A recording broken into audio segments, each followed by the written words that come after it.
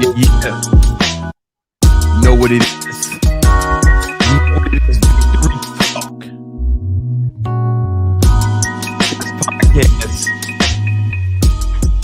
on the best podcast on YouTube. Okay, maybe not the best on YouTube, but definitely the best on YouTube at 7 p.m. on Tuesdays. There's no better podcast at this time on this day. Let's get into it.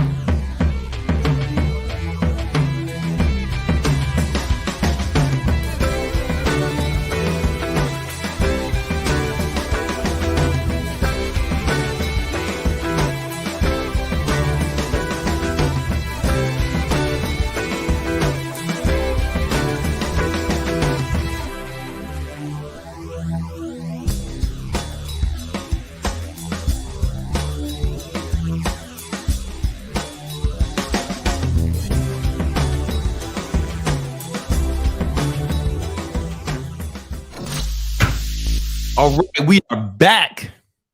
We are back, man. You know what it is. It feels like it's been forever, but it's only been a week. We do this every week, every Tuesday at 7 p.m. Welcome, everybody.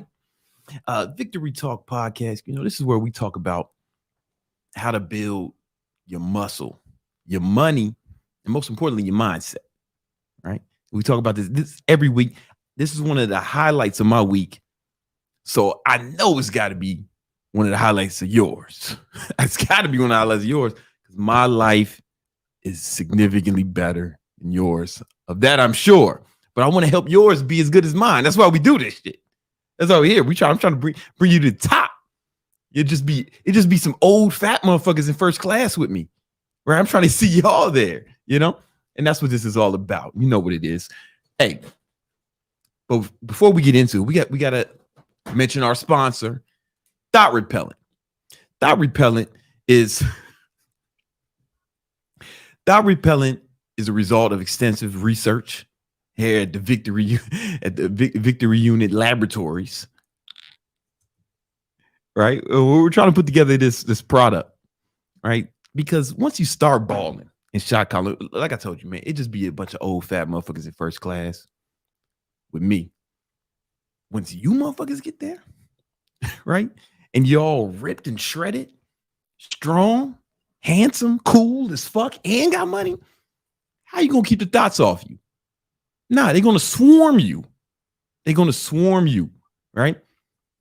So we're working on putting together this product to keep them off, keep them at bay, at least momentarily, right? So you can get to your car. You know what I'm saying? This way you can leave the house with some peace. You can finally make it from your car to the restaurant or wherever you're going, right? Thought Repellent is going to help you with that. Because if you start balling and shot calling without this, well, how you going to walk around, right? That's what we want. So all your super chats go to the development of Thought Repellent, all right? Now, right now, from our testing, what do you say? It's like it can keep 12 thoughts away, right? Is it about 12? Yeah, that's the capacity, and they have to reply every hour. You have to reply every hour. So we're working on that. So you just apply once a day. Yep. Right now, I got to keep this shit on like a holster on my on my hip. You know what I'm saying? Like fucking like it's a fucking Western movie. I'm just spraying this shit. I got to spray the bitches. And you're also working on new smells, like working on new smells, new scents, aromas, right? Right now, it smells like responsibility. And that's why, like, thoughts, they smell that shit and they're like, whoa, I don't want nothing to do with that. But the smell doesn't linger long enough, right? And we want it to smell good, but still keep the thoughts away. And that's what the research is going to. That's what your super chats are going to. The development of Thought Repellent. They think this is a joke, Nima. A lot of people they look, oh, it's a joke, Thought Repellent. How that's so funny. No. Just because it's funny doesn't mean it's a joke. You know what I'm saying? Just because it's funny doesn't mean it's a joke. This is a tank top, not a jersey. You know, Nima, do you know why this is not a jersey? Tell me about it. Because it's not a fucking game. That's why. Because I ain't playing games. That's why. That's why I ain't got on a fucking jersey. I'm not playing games. You feel me? So all your super chats go to the development of Thought Repellent. Welcome. We are excited to get into some of the stuff we have to talk about today, man. You know, there's a lot of you motherfuckers are just, a lot of you guys are way far from needing Thought Repellent. You know what I'm saying? A lot of you guys broke as shit, fat, ugly, probably smell bad.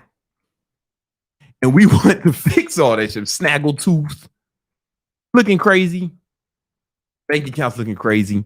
You out here chasing hoes. Nima, can you believe these motherfuckers out here chasing hoes? Oh man. Nah, man. It's tough. Yeah, Jay-Z said. It was this Jay-Z lyric had a big impact on me and how I decided that I was going to live life. Jay-Z said, "Don't get mad at me. I don't love them. I fuck them. I don't chase them. I duck them. I replace them with another one." And I was 15 years old and I was like, I heard that song. It's called "Is That Your Bitch?" I can say bitch on YouTube. Yeah. Bitch, is that your bitch? And I just couldn't believe it. That's how the song started off. That was his thesis statement. He's ducking them. How do you, my 15-year-old brain couldn't wrap my mind around it, because I was like, y'all sweating hoes and shit, Jason bitches. No, man, you get your money, your muscle, and your mindset right, they'll chase you. In fact, they'll chase you to the point where you'll have to buy Thought Repellent. All right? And we want to help you get to that level. We want to help you get there. That's why we do this podcast. That's why I make all my videos. Right? That's why God put me here. You know what I'm saying?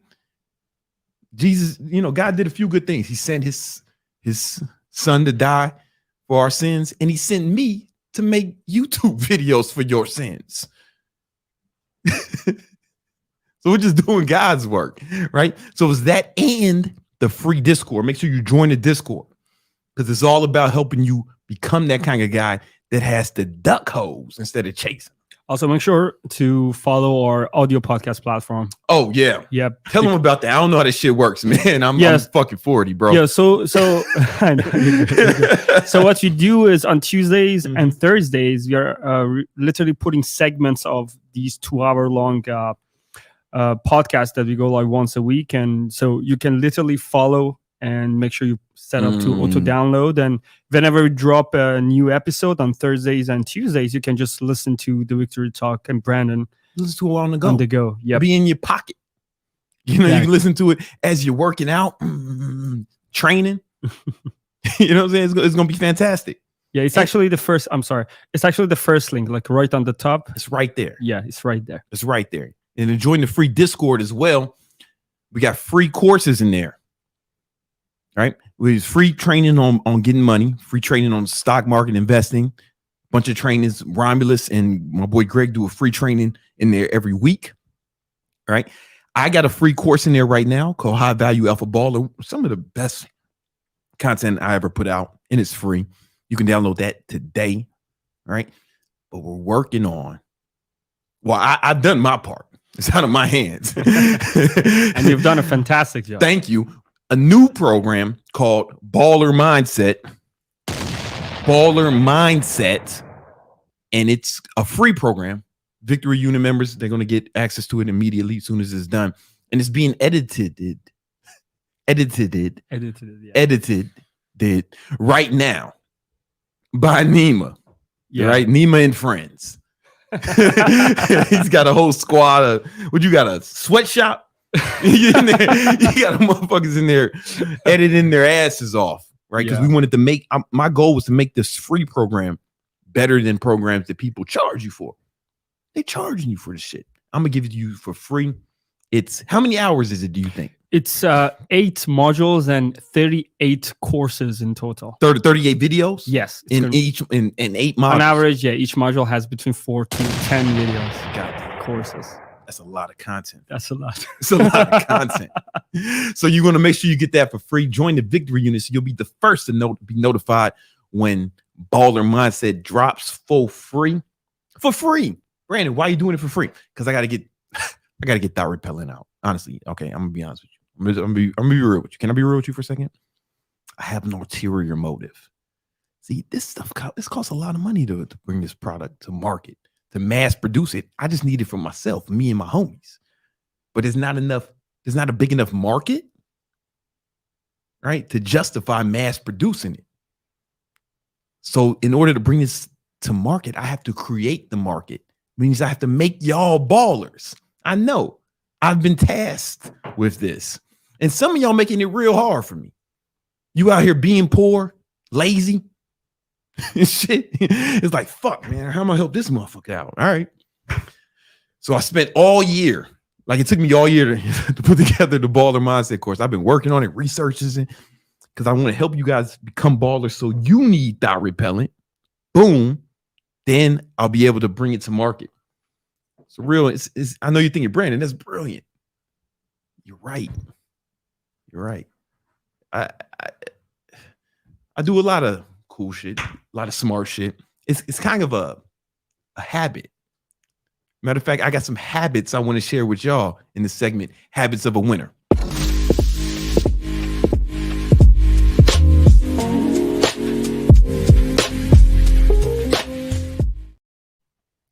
All right. Pay attention, motherfuckers.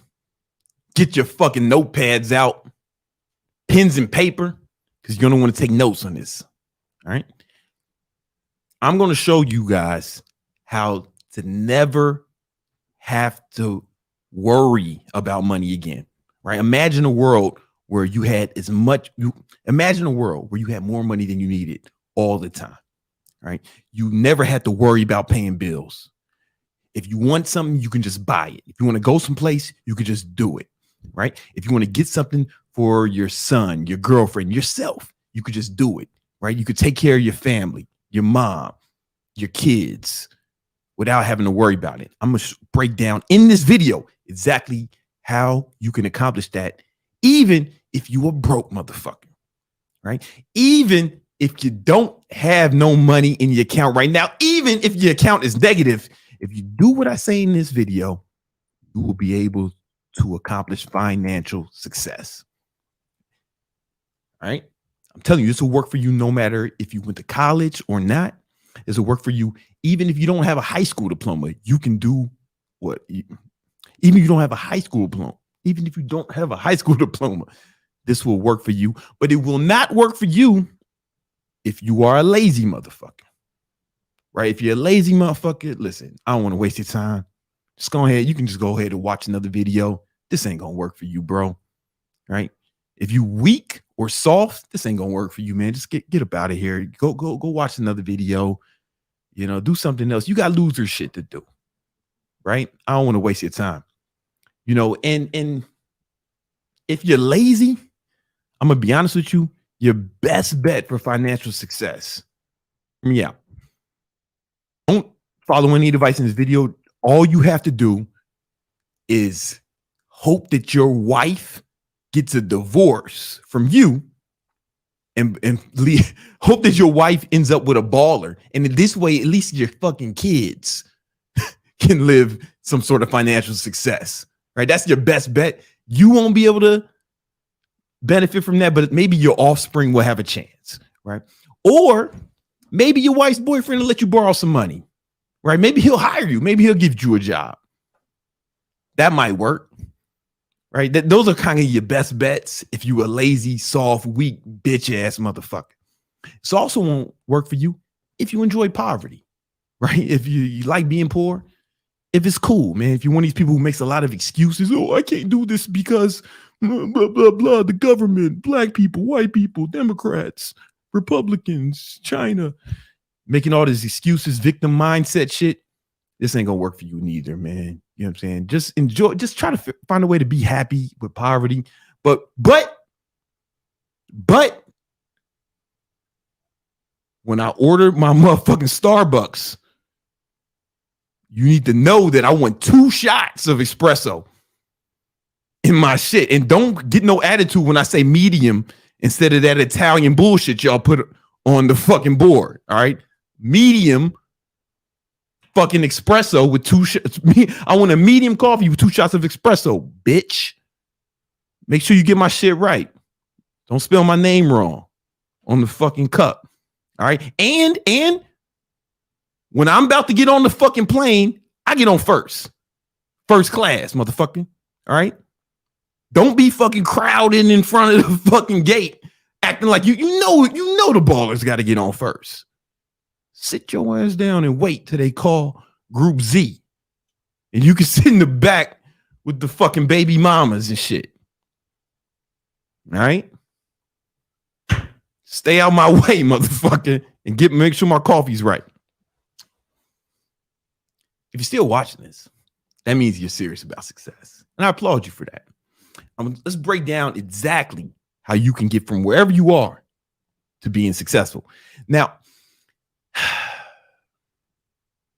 here's the thing. When I'm going to break out my notepad.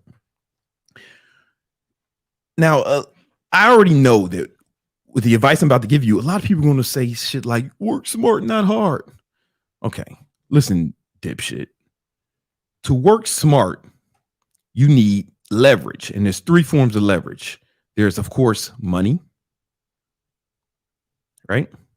There's media, right? And then there's skills.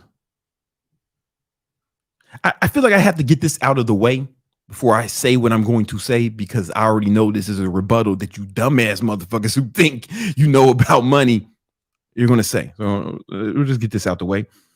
You can't work smart without these things. And let me explain why. If you have a large media, like if you have large media, basically, even if it's your own social media, right? Well, then that's leverage. You can make more money faster. What I mean by that is, okay, that's leverage that allows you to acquire capital a lot easier. For example, Kylie Jenner, right? She can she's not, let me give you an example. For example, Kim Kardashian, she could make $1 million today just endorsing some product, putting it on her Instagram, right? She still has to put in some work, right? But she gets paid way more for the amount of work she puts in. She still has to take the picture, make the posts, answer the emails, probably sign some contracts, right? But she'll be able to make a ton of money from that little bit of work because she has a huge media presence, right? This is why, you know, billionaires like Elon Musk, they buy media companies, right? They buy social media companies like Twitter, or Jeff Bezos, he bought the Washington Post, right? Because they know the power of controlling media, right? So media is one way to work smart. Another one is skills. If you have a large skill set,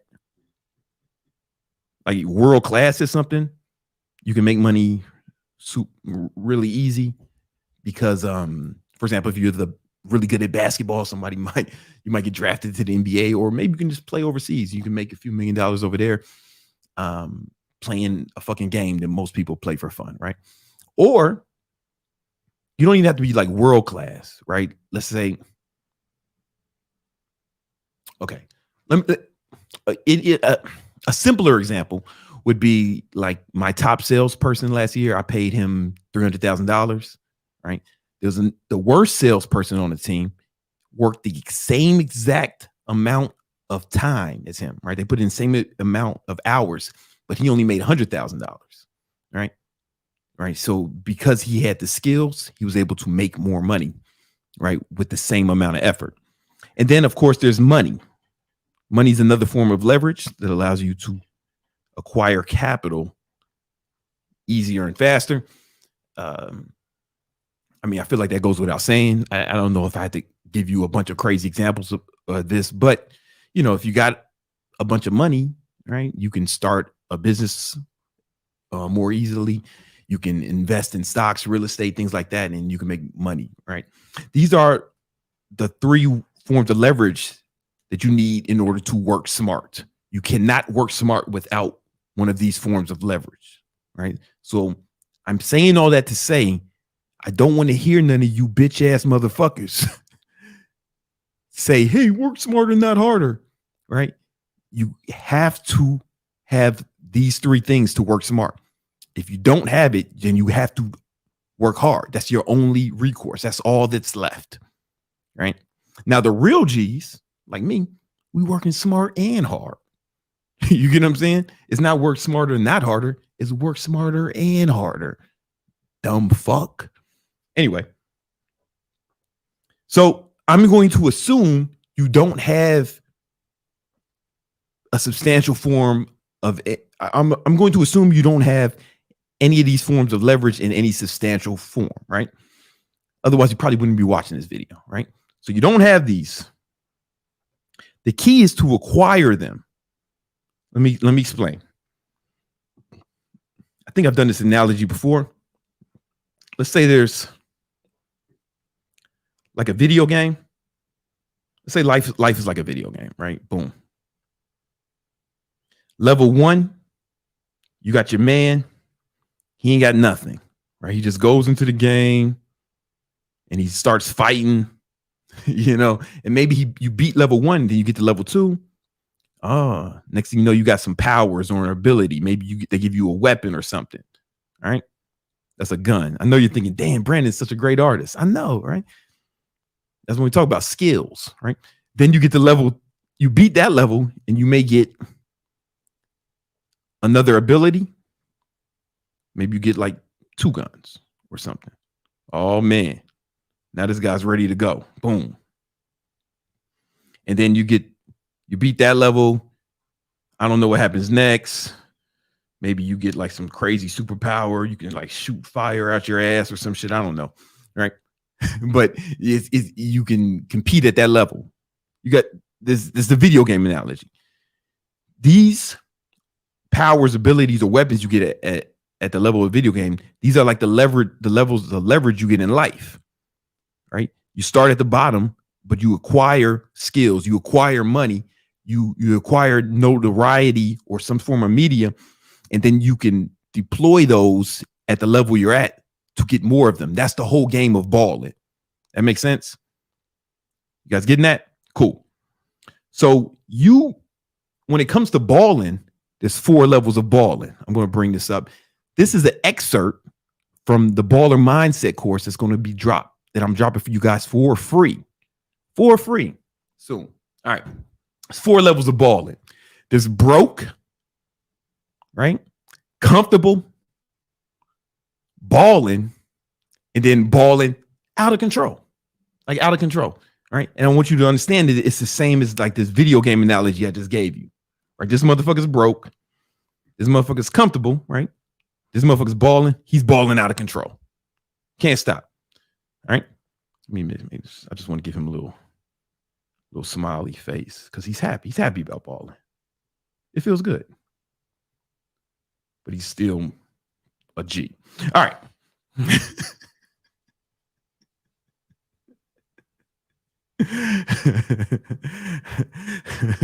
Okay. Let's look at these levels. All right. So let me tell you what it is when you're broke. Broke. This is how it classifies broke. Barely surviving. Right? Little to no money left after expenses. Not enough money in your savings to cover yourself for 6 months. Like if shit hits the fan, you're fucked, you know? Right? Then there's comfortable.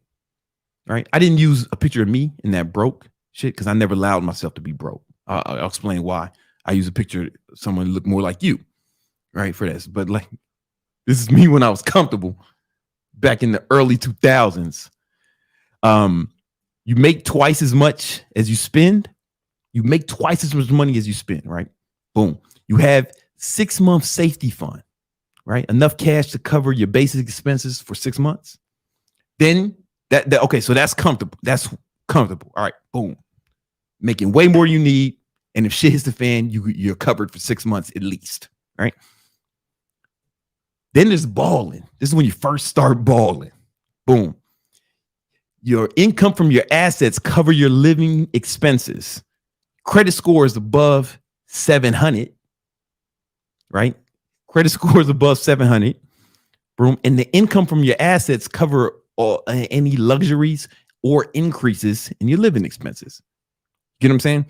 So this is when you're really balling. You're not balling until you're at this point where your assets cover your living expenses. And the reason we have credit score over 700 is because now you can borrow money, right? And you remember, that's one of the forms of leverage, right? If you can borrow it, use someone else's money if you want. Boom. All right. Then it's balling out of control. Out of control, meaning it can't stop. So the way I classify this is the income from your assets, your passive income, is greater than your maxed earn income, meaning the amount of money you could earn if you worked the maximum amount of hours, right? I think the maximum hours that someone can work a day is probably around 14, right? It's kind of harder to work more than that, you know, like at least for an extended period of time. I think 12 is about right, right? So even if you work fucking 12 to 14 hours every day, you still can't outpace your passive income. You got to have a lot of money for that, right? But if you're making that much money, fuck, that means the passive income is still growing. It's difficult to spend that much. And you're going to keep balling, and you'll start balling exponentially. And you won't be able to stop balling, even if you wanted to. That's why it's out of control. It's not even in your hands no more. You're balling out of control. All right. Now, most of you motherfuckers are starting here. Let's be honest. Let's just be real, right? The average American has less than $1,000 in their bank account. Motherfuckers is broke as shit. So I'm going to show you how to get in this. So in this video, I'm going to show you how to get from broke to comfortable. All right. I think that's a good benchmark for a lot of people to have. Just go from the broke to comfortable. Right. And then from there, it was a lot easier to go to balling. All right. Let's get into it. Hold up. All right. So we established that you need leverage to work smart, but you ain't got no leverage. You starting here at broke. No problem. So the very first thing you're going to do, guys, this is super important. Very first thing you're going to do is you're going to work more because you don't have leverage. You do have time. Right. So you are going to work at least 84 hours a week. 84 hours a week. At least. Now, a lot of people start crying. I can't do this because of that. Or what about this? Or what about Shut up, stupid. Everything's going to be all right. It's not even that big of a deal. Right? If you work 84 hours a week, right, which is average is about 12 hours a day. Right? Average is about 12 hours a day. Okay. And you sleep 8 hours a night. Right? That's what, 56 hours a week. Boom. Sleep 56 hours a week. Right? 8 hours a night. That's still good. That leaves you with 28 hours. Now you still got 28 hours to do whatever you want. I don't care what you do.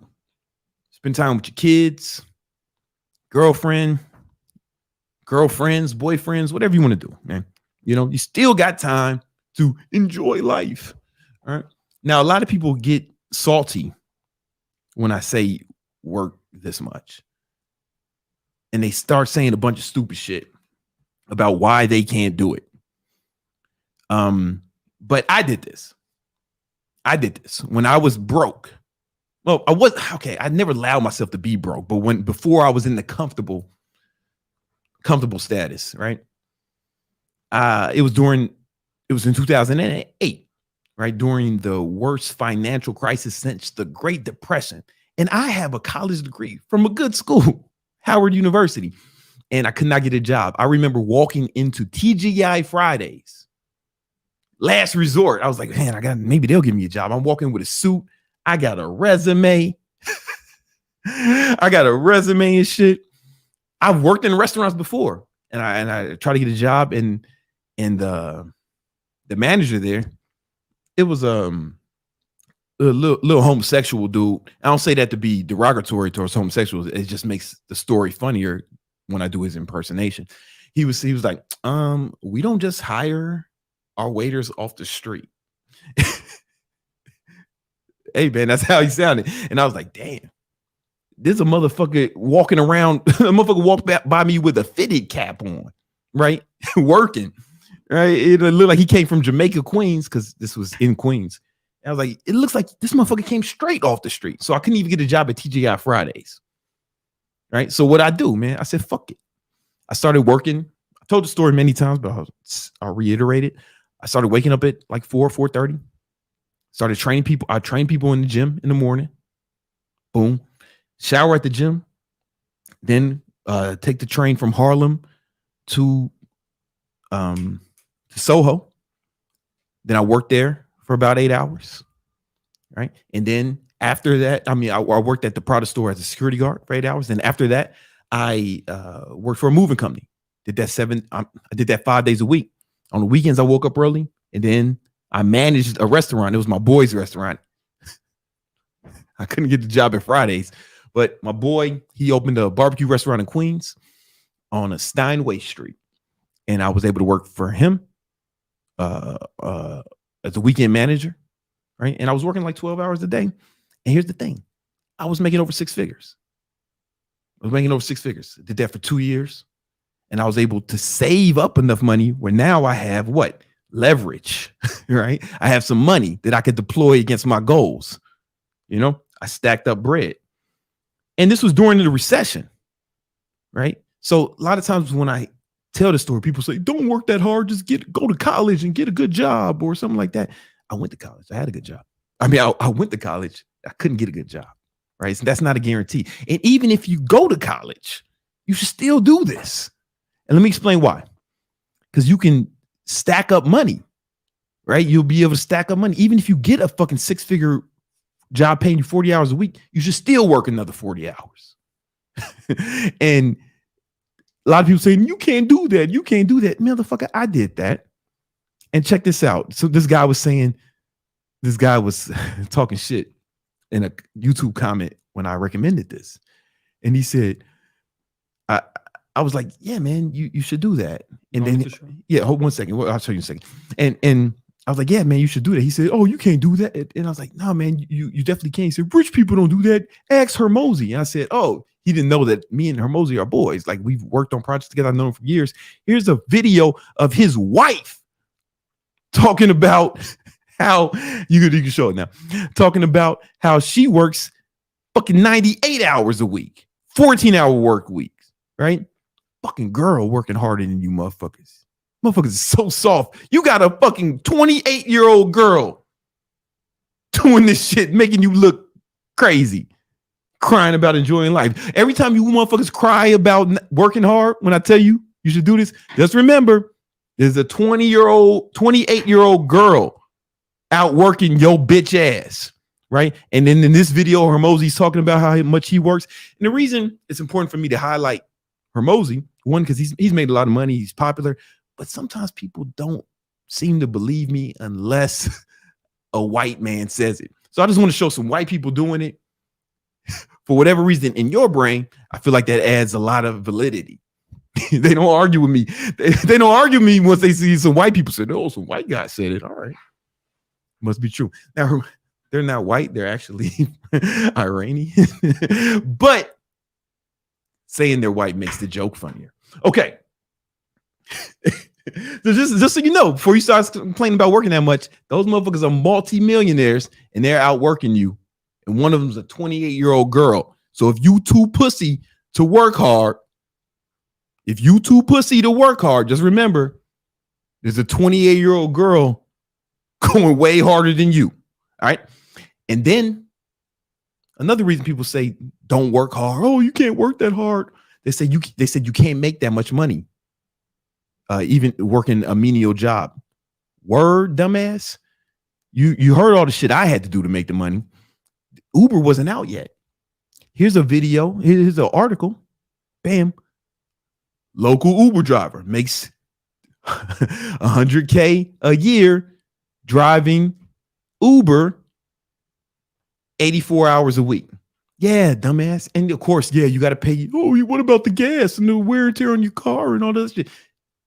Guess what, dumbass? You can write that off, right? Every business has expenses, you bitch ass, right? You know what I'm saying? But you can do it if you're willing to work hard, right? If you're one of these people who comes up with all these excuses on why you can't work hard, I believe you, right? I believe you can't do it. I'm telling you, you can do it. If you want to argue for your limitations, if you want to argue for your own limitations, guess what? You get to keep them, right? I'm telling you, you can do it. I'm not trying to sell you shit.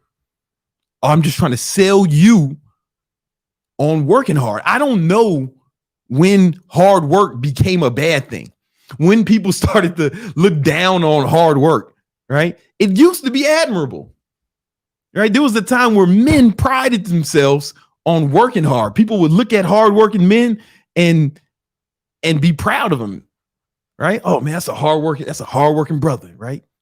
Now it's like people have just gotten so soft. I don't know. There's a 28-year-old girl who's working way harder than you, right?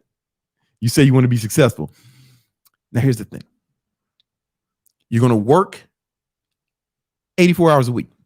You really should be making at least 6 figures if you do that, right? You could just drive Uber. Like literally anyone can do this. Anyone can do this. And if you think you can't, right? Remember, I just did the math, right? Oh, because I probably didn't do the math well, right? I didn't do the math well. Fuck. Are you gonna have to add this? Yeah, you're gonna have to when you do the edit, right? So if you sleep 83, okay. So you're working 84 hours a week. You sleep 8 hours a night, 56 hours a week, right? You subtract that from 168 hours, because that's how many hours there are in every week, 168 hours. That leaves you with 28, right? And if you work out an hour a day, right? Minus 7, boom, that leaves you with 21 hours to do whatever you want with, you know? Now you got some time, right? You might have to add that in the beginning in the other part, right? Right? But you can do it. You can break down. You can actually do this. What if I got 12 kids or I live in fucking Mesopotamia? Yeah, if you live in some shit country, it's going to be harder. I'm going to be honest with you. It's going to be difficult, you know? You should still work as hard as you can. I'm just telling you to work hard.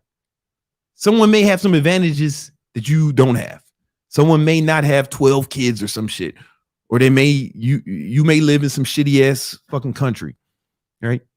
You can still put in 84. I mean, you can still work as hard as you can, right? Because you got to get yourself out of poverty. And because you don't have leverage, the only way to do that is to use time. You can't work smart if you don't have one of the 3 forms of leverage, right? But if you do this and you save half the money, it's important. At level 1, you work.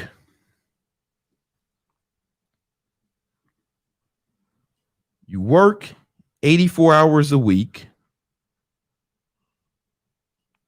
Boom. Then you save half the money.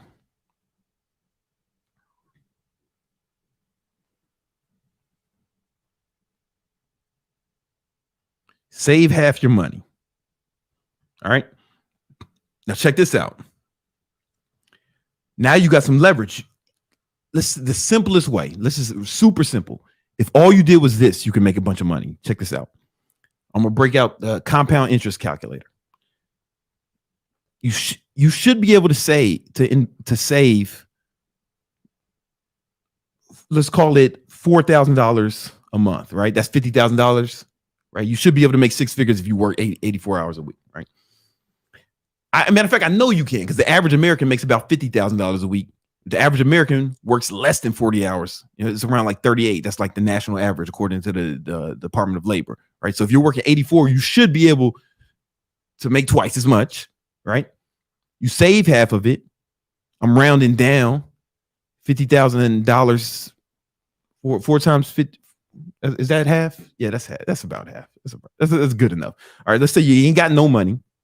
You're starting with nothing. You're going to, let's just say simple investment. You invested $4,000 a month in the stock market, 20 years. Say you're 20 years old. You do this for 20 years. The average return for the stock market, average. You're not doing nothing sexy. You're not part of the Victory Unit Discord. You ain't learned how to really get crazy returns. You're just doing regular shit, index fund. Boom. You do that for 20 years. Yo, man, in 20 years, you got $2 million. If all you did was that. Literally anyone can do that. Anyone can do this. Literally anyone can do this. Right? This is the least sexy way to do it, but you can be a millionaire. And in fact, it would only take you 12 years to get $1 million. Right? If you're 20 years old, you start doing this shit now. By the time you're 32, you could be a millionaire. By the time you're my age, you'd be a multi-millionaire. Right? All you got to do is just work. Right? But that's only if you use this form of leverage, money. Let's say you invested half of the, right? You're going to save this half, right? But when I say save, I really mean invest. You're not just going to keep it in your savings account. You're going to invest it. So either in the stock market, like I said, or whatever, real estate, or you invest it in like learning some skills, right? Learning how to build a business, learning sales, learning anything, going to college, right? I don't care what you do, right? But you do it so you do something so you make more money during this time, right? You invest in some sort of skills that allows you to make more money during this time. For example, like I said, my top sales guy, the homie Brian, made $300,000 last year. I paid him $300,000 last year, right? The worst sales guy on the team, he's still good, but he's just the worst out of my elite team of badasses, right? And he's the newest too, right? He made $100,000, right? But they worked the same amount of time. They put the same amount of hours in, but Brian made more because of the skills, right? So it makes a lot of sense to invest in something that's going to help you build the skill set. And I don't care what it is. Buy courses, join masterminds, go back to college. I don't give a fuck what you do, right? I don't care what it is, but as long as you can learn a trade, it doesn't matter. Anything till you can get your hourly rate up so you're making more during that time. Now you really start multiplying your money, right? And we're not going to really focus on the media part because that's kind of beyond the scope of anything I can really teach you. All you really need to do is focus on these two, building up your money and your skill sets, right? And then that alone will get you here to the next level of balling where you're comfortable, right? But listen, anybody can do this. Anybody can do this. If anybody with half a brain can do this, man, but you got to be willing to work hard. You can't just sit around being broke. I hear people say shit like, oh man, what about enjoying life? Oh, I'm just going to enjoy life, man. I want to enjoy life. Listen, when they say that, they're talking about recreation, right? They're talking about parties and bullshit like that, right? Recreation is not the only way to enjoy life. I'm telling you, recreation is not the only way to enjoy life, right? Some of us find joy in pushing ourselves. Some of us find joy in seeing what we're made of, right? You guys think enjoying life is seeing how little you can do, how much you can get away with, right? You're really talking about hedonism.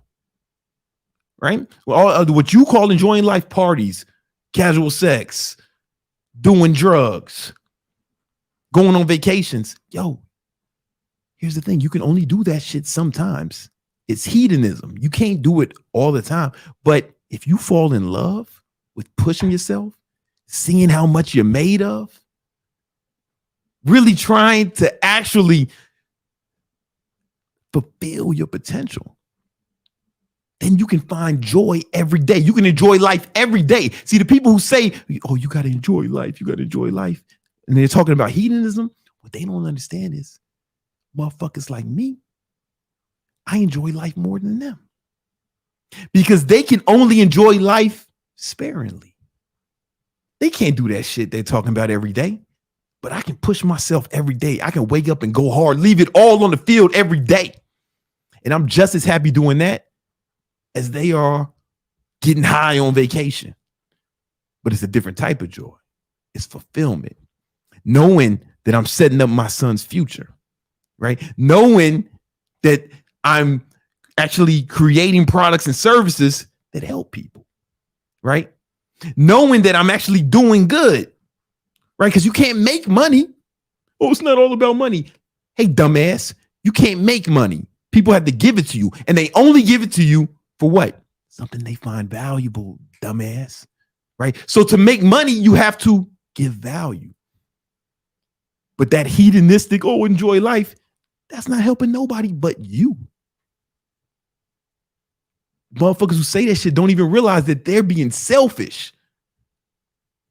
And us hustlers are actually out here doing good, providing value in exchange for currency, because that's the only way you can get paid, you dumb fucks. Y'all don't hear me, though. They ain't trying to hear that. They ain't trying to hear that. It's cool, man. You ain't got to work hard. Nah, my fault, man. Working hard's not admirable. You right, man. Working hard's not admirable, man. I was tripping, trying to work hard, secure my future, and sacrifice for my goals. Man, I was tripping. Yeah, all right. You motherfuckers gonna be my age and have nothing but a bunch of funny stories to tell. You know what I'm saying? One more thing. People say, what about see my kids? I won't be able to see my kids. Oh, I want to spend time with my kids. Look, dumbass. Kids got shit to do. All right.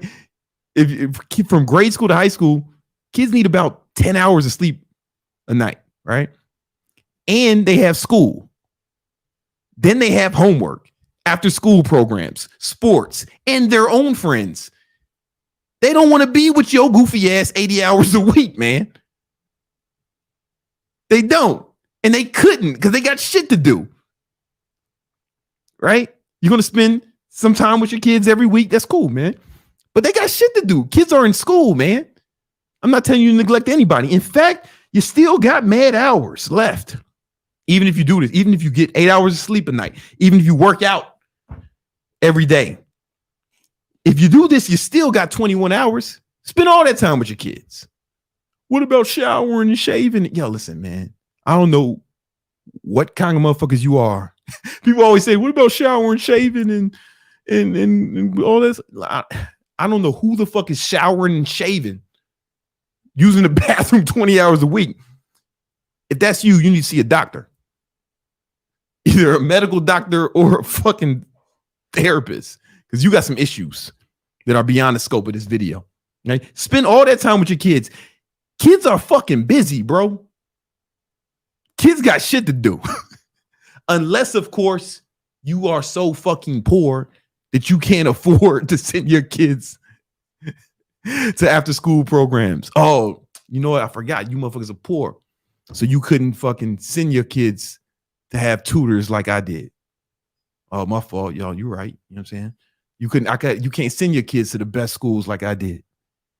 Oh, that's right. My fault. Your kids might have shit to do because they can't wait to leave the fucking public school you sent them to. You know what I'm saying? Dodging bullets on the way home and shit. I had to go through metal detectors in middle school. My son will never know nothing about that because I did this, because I did the shit I'm telling you. If you really care about your kids, you need to, they don't just want to fucking spend time being poor with you. Your kids don't want to be on a bus with you, dumbass. You know what I'm saying? My son ain't gonna know nothing but fucking first class seats in private planes. I know that much. You know what I'm saying? He don't know nothing about but private school and anything he wants. He ain't never heard I can't afford it. He might hear no, I don't feel like it, but he don't never hear I can't afford it.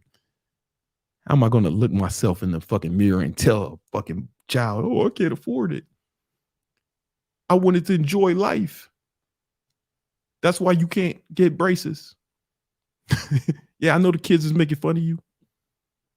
I know no girls like you. But you got to settle for that the way I settle for your mom. That's why you look like that. If that's the life you want, I'm sorry for wasting your time. But if you want to actually reach your potential and see what you're fucking made of, then it starts with work. It starts with hard work. It starts with effort. And anyone who speaks negatively against effort is a bitch. Hey, I think my man Rhymeless is here. Yo, let's bring it in. Yo, it's time for the market recap. Speaking of making money, market recap.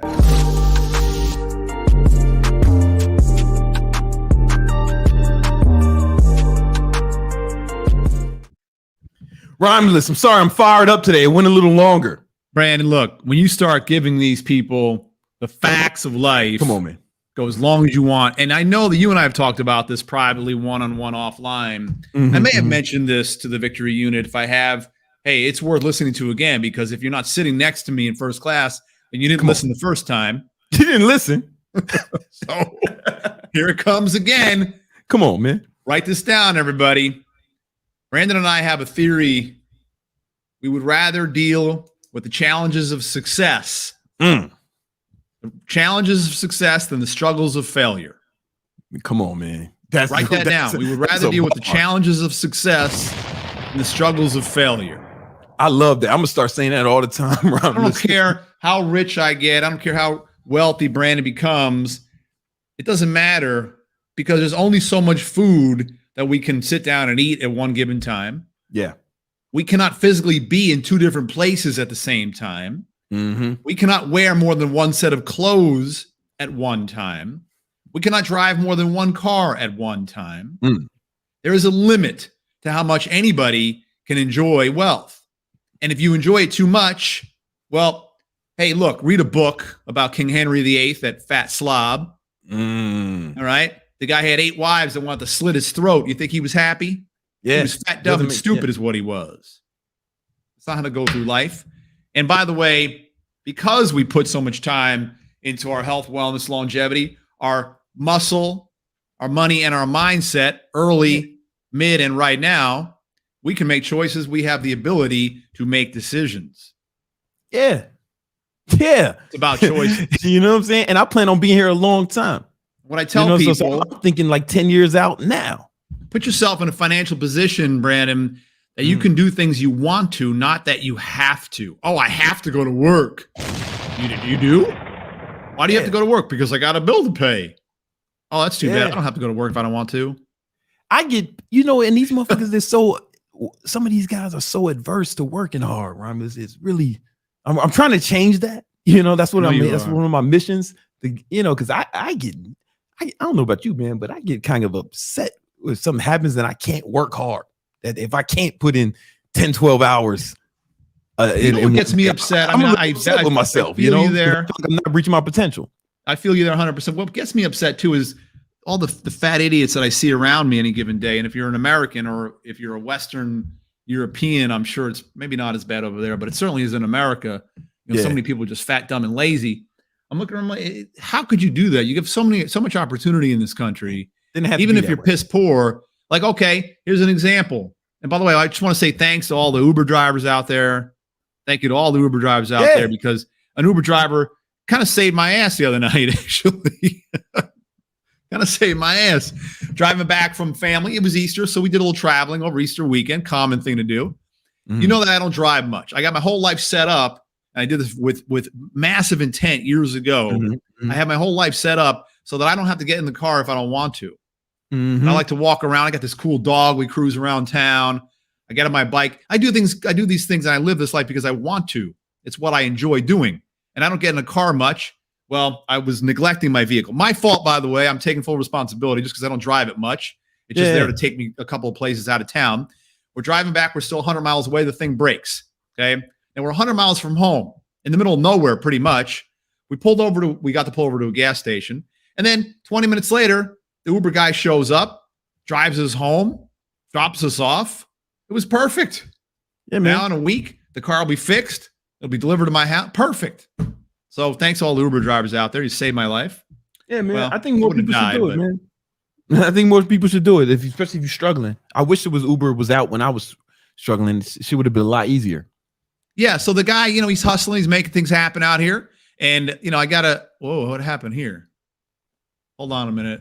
I got the wrong window. No, there it is. Okay. Anyway, if you pull that up, Randy, you should be able to see this computer screen. I think so. Yeah, let me see. There we are. Excellent. So we are going to do a market recap.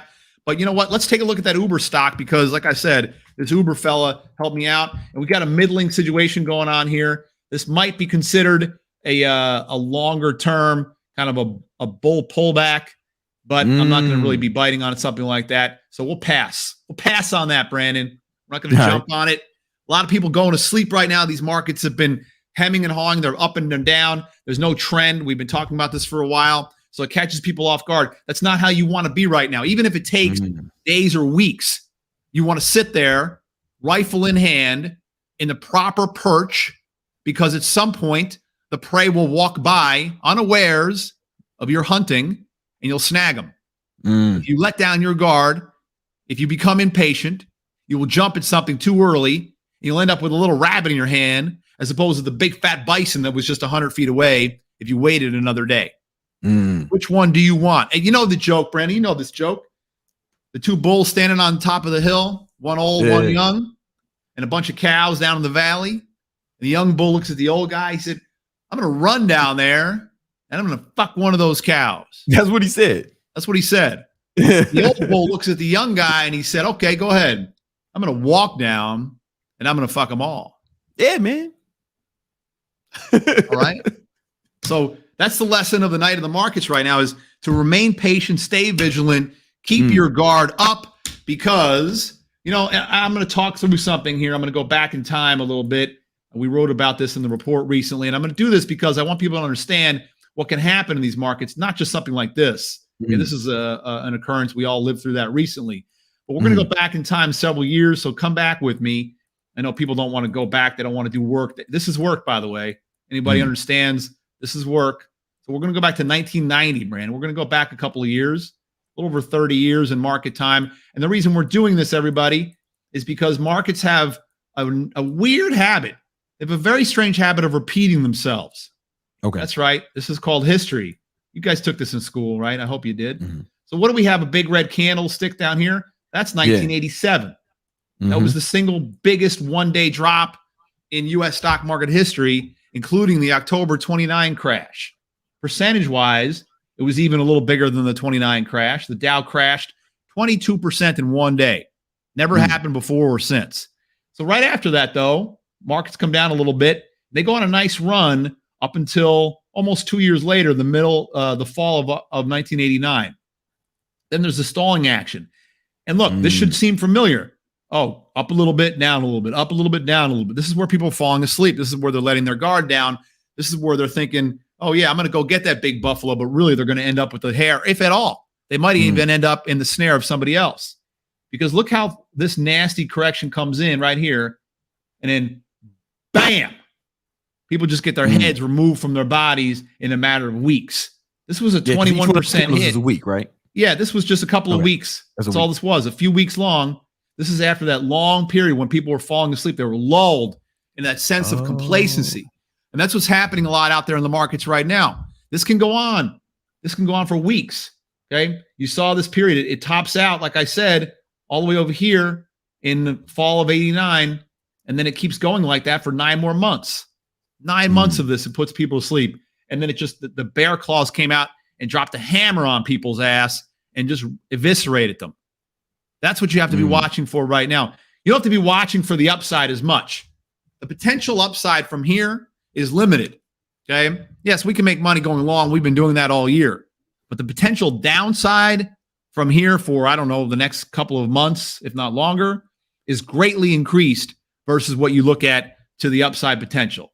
So I hope everybody's really taking heed and paying attention to this. There are a lot of people out there that were the crypto crazies, as I call them. They're kind of coming out of their holes right now because Bitcoin chopped above 30,000 recently. Oh, by the way, Brandon, I know that you keep yourself real busy with running your businesses and, of course, your family, which is priority one.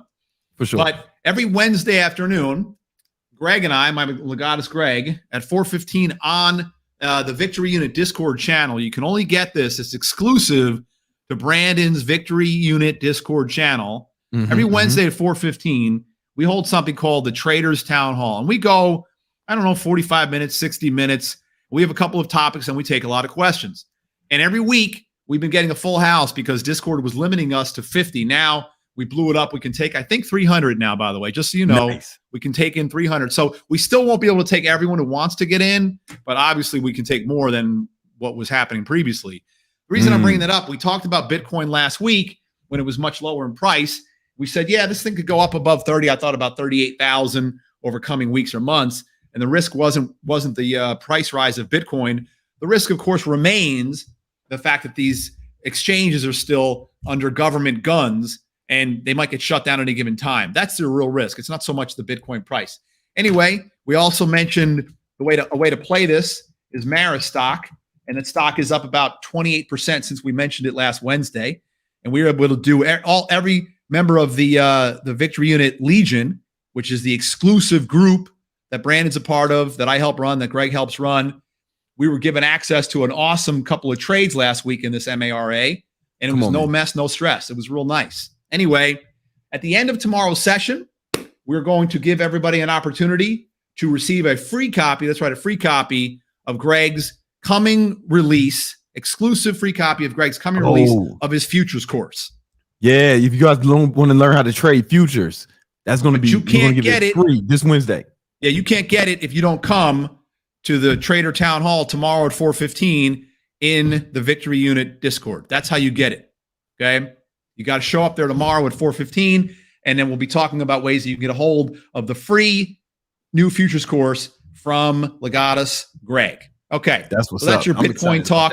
Anyway, so but the Bitcoin folks, they seem to forget that, oh my goodness, I was buying it at 40,000, 55, 60, 65,000. Yeah. And then a couple of months later, it's trading down here at 15 and I lost my ass. Okay. That's what I'm saying. These things can happen. So it's a time right now to be vigilant. It's a time to be cautious. It's a time to remember that almost out of nowhere, the big down hits come. And if you think, oh, I'll always find it, I'll always be able to get out, then tell me this, riddle me this, crypto crazy. How come you didn't get out during all these other downtrends? I did. You did. Right. Brian did. Everyone in the Victory Unit Legion did. Yeah. And of course, there's some traders did, but most people just holding the bag on these things, waiting for the prices to go back up because they got smoked. Anyway, better than that. A little bit of a side note in there. Okay. Bank earnings, Brandon. Bank earnings. Earnings are coming out. The CPI is tomorrow. Oh, that's right. I don't really know what the CPI is going to do in terms of one day's effect. Okay. But I know this.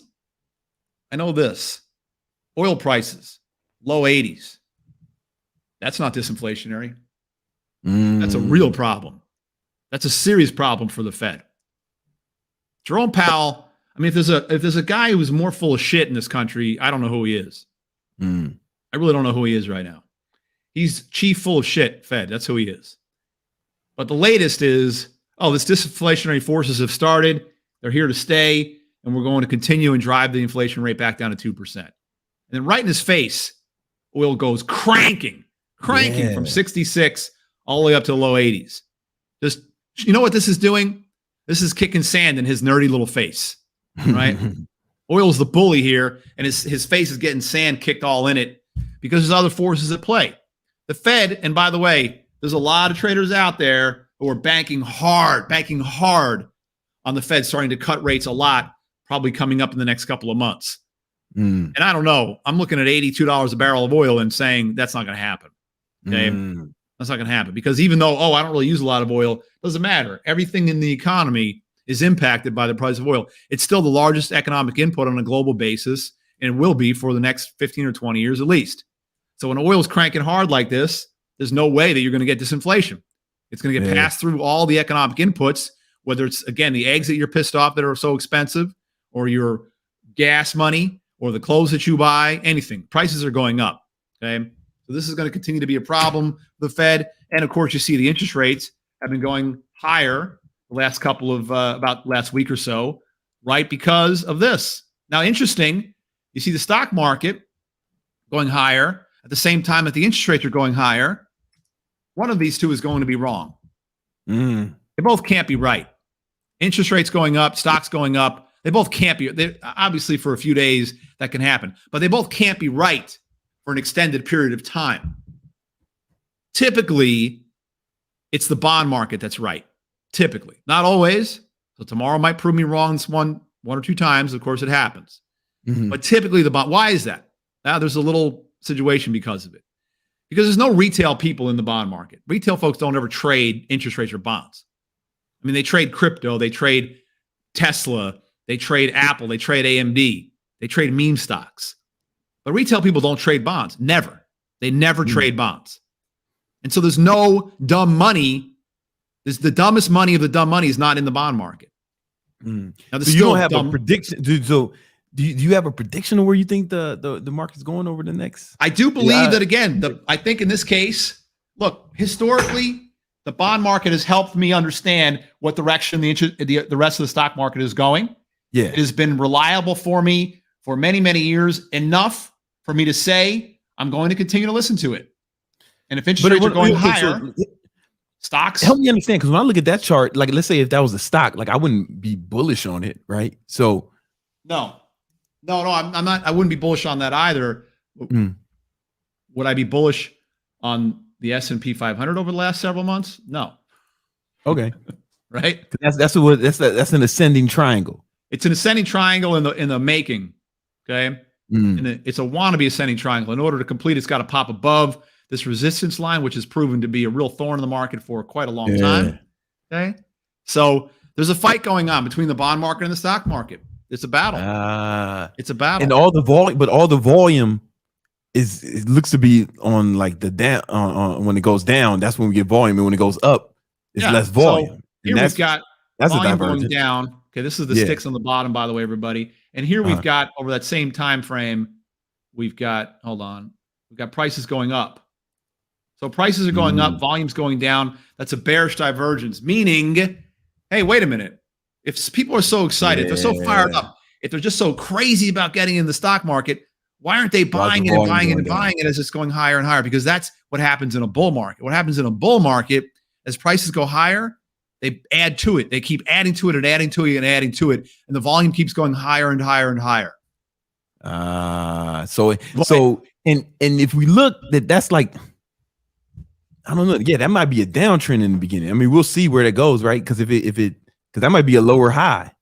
And I also don't fight against when I see this type of a configuration, rising prices over some consistent period of time in the face of consistently lower volume. Again, historically speaking, that has worked out well for me not to jump on the uptrend there, not to follow that, not to chase that, not to jump in late on that. No. Okay. No. What has worked for me is to often bet against situations like that. Historically. Yeah. So will the market go down tomorrow? I don't know. The CPI could push it either way. But over coming months, there's still downward pressure. The bear's growing in strength, not weakening. The bull is getting weaker and sicker. And I believe that coming months, you're going to see lower prices across the board in the stock market. So I believe that's coming up. Yeah. It's coming up. Yeah. I believe that too. And I got money on it. Yeah. And like I said, you need to get in there. You know, we talk about this a lot. We get a lot of people in our Legion and they ask us, well, you know, Rami, I want to put more money into your trades. They're looking good. Yeah. Well, go out, go get your job and put money into your account. Let's go. I mean, I can't do it. Brandon and I can't do that part for you. Okay? Nah. That's the part we can't. We can help you understand how to trade the markets and how to conduct yourself in terms of a muscle money mindset lifestyle. We can help you do all that. We can do all that for you in the Discord. You can check it out anytime. As a matter of fact, you should tomorrow at 4:15. Join the Discord right now if you haven't. We'll give you access, an opportunity to get a free. That's right, free futures course if you stick around for that one. So we're going to hit that tomorrow, and then you might start getting some good trade ideas. But if you don't have money in your account, what can I do? Nothing. That's what's up. Hey, nothing. man. All right. Thank you, Romulus. Hey, thank you, everybody. Appreciate it. See you guys tomorrow, 4:15. Good night. Sounds good, man. Let's give my man Romulus a round of applause, man. Oh, I hit the wrong button. It meant to hit this one. It's different on my others. On my other Stream Deck. That's the one I meant there. All right, cool.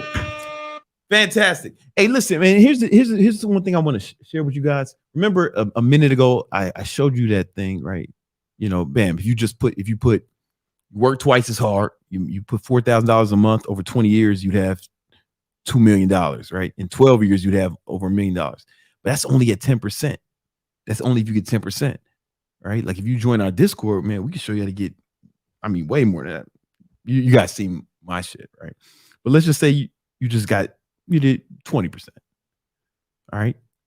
Boom. Now you're talking about like crazy money, right? And it's not that hard. The reason hedge funds have a hard time beating the market is because they are the market, right? Like they are the ones that move. They're competing against themselves. Like they move the numbers. We don't move. You and I don't move the stock prices that much. It's like when Warren Buffett makes a play, or Ray Dalio buys something, then that really moves the market, right? They are the market. That's why they have a hard time beating the market. But when you're working with smaller numbers, you can actually do it, and you can outpace most returns. All right, I want to do something. Oh, you know what? Hold on. Are there any questions? Any super chats we need to address?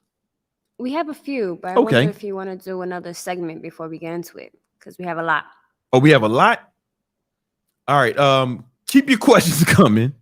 We're going to get into it. Because remember, all your super chats go to the development of Thought Repellent. All right. We're research and development from the Victory Unit Labs. All right. I bought some cool shit on Amazon. I think I want to show y'all that.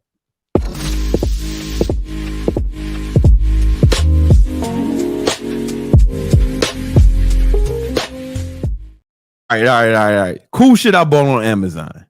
I'm gonna pull this up. I'm gonna pull it up, and I'm gonna show you. Right. So I got this thing. It's called the Miu Mini. All right. It looks like a Game Boy, right? But it's not a game. This is my girl's Game Boy. She had a Game Boy Color, old school, right? It's smaller than a Game Boy. But here's the thing.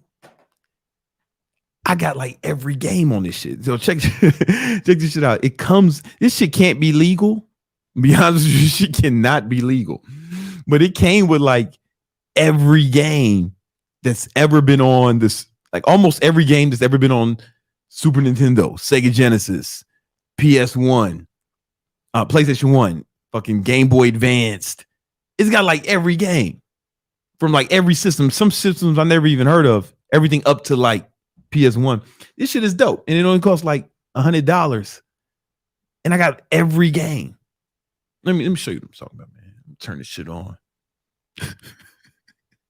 So I just keep this in my little. I kept this in my book bag, and then when I was on a plane. I flew to Chicago, had some downtime. I was reading for a while, and then I was like, all right, I'm gonna take a break from reading. This is a long flight. I started playing games. Yeah. When I start playing, I broke out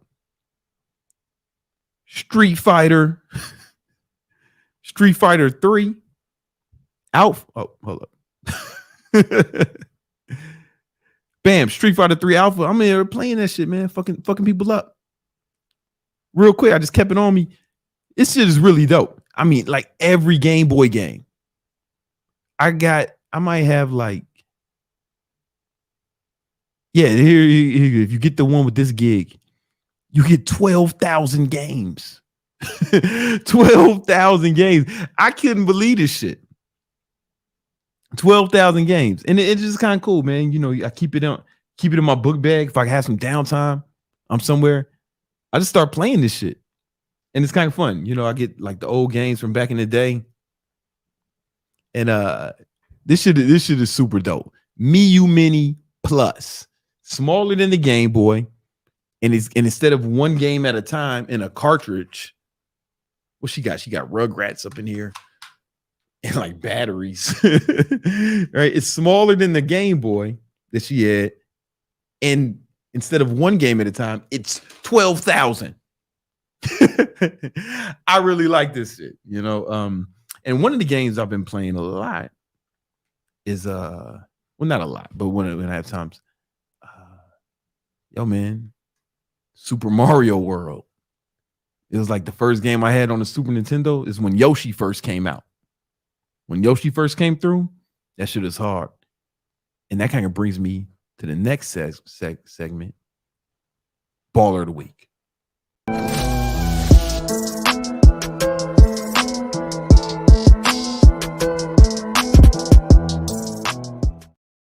It was difficult for me to pick a Baller of the Week. There was two candidates. One was the big homie, Mario. Right? Mario came out with the movie Super Mario Brothers, and it beat all types of records. Right? It beat all types of records. Let me show you, man. I'm gonna go to the highlights. It's the highest grossing debut film of 2023. Beat the shit out of the Marvel crap they've been putting out.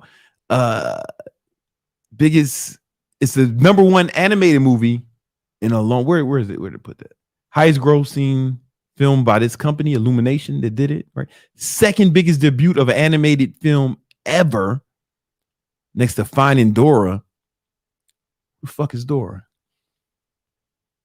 Who the fuck is Dory? I thought it was fine. I thought they was finding Nemo. Finding Dory is the second movie of Finding Nemo. Oh, they had a sequel. Yeah. All right, I learned something every day. So it beat the shit out of that, and The Incredibles 2, right? And the highest grossing debut of film for a video game adaptation. Beat the shit out of Sonic the Hedgehog. It's hard, man. So I want to give the Baller of the Week to Mario, but then I thought, man, who else is killing this shit? Bowser. Because ain't no Mario without Bowser. And he's the main, Mario's just a guy. He ain't got shit to do if Bowser's not there, right? And Bowser had the fucking illest shit, the illest song I heard in a long. Yo, if y'all ain't heard, I can't play it. I'm gonna get it, but I ain't seen the movie, man. But that song is Jack Black playing Bowser, and he sings a song called Peaches. That shit slaps, man. That shit slaps. I don't know if y'all heard it. I would play it, but I'm gonna get the copyright shit. That shit slaps. Bowser singing Peaches. What's up? How does it go? Oh, you want me to sing it? Nah, I ain't singing it. But yo, you should sing it. Go ahead. Nah, she bashful. Nah, but it's so hard, but it's got to be Mario. We got to give Mario Baller of the Week. Mario, Super Mario. So I've been going because I'm gonna see this game. I'm gonna see the movie with my son. So on the shit I was just talking about, the Mayu Mini, I've been going back and playing some of the old Mario games. And me and Shorty was playing. What was that Mario game we was playing on the Switch on the plane? It was the 3D World. Mario 3D World. I just want to get more well versed with the Mario universe before I go into the film. You know what I'm saying? Because I'm gonna take my son to go see it. And yo, that shit slaps. And Mario 3D World, that shit was hard. I picked the Toad when I'm playing though. I picked the Toad because that little nigga fast as hell. You was playing with who? Luigi or was it Peach? I had a Mario. You had Mario. Man, I was all wrong. Mario's Baller of the Week, so it makes sense. Mario's Baller of the Week. Hey, let's go to some super chats. Let's read some. We have Mav. He's Big Mav. back. He says, love big homie. 1 hour on the Stairmasters on level 5, and I only burn 550 calories. How do you burn 1,000+ per day? Yeah, you might just need more hours, bro. Or you got to go harder on that joint. I hate cardio. Right. So, but what I do is I do a few different things. I talked about it last week. I have the exercise desk, the desk bike. Let me pull it up. Google. Okay. Hey, hold up. Let me pull this up. I had this desk bike thing. So sometimes I'll work while I'm doing cardio. Let me pull this up for you. The desk bike or the dike. You can work, you know, you can get on one of these. Boom. Get some more cardio throughout the day, right? Get more cardio throughout the day. Or you can get treadmill desks. I got that as well. So I just try to get more cardio throughout the day. One of the things that's been helping a lot with burning more calories is I play video games while I'm doing cardio. Right. So either the Switch or this new thing I was telling you about, the Mayu Mini Plus, and the time goes by way faster, you know, or, you know, read. But yeah, you're gonna need more than an hour to burn 1,000+ calories in a day, man. I'll be honest with you, you're gonna need more than an hour, and so you want to either be working at the same time or try to find a way to make it fun. You know. We got Frosty 300. How to stay optimistic when you're reaching for goals. Look at, man. You know, a lot of people have trouble being optimistic when they're reaching for their goals. They may get discouraged because they're not on the path. They may get discouraged because they haven't accomplished the goal yet. And what happens is, I'm gonna break out my pad.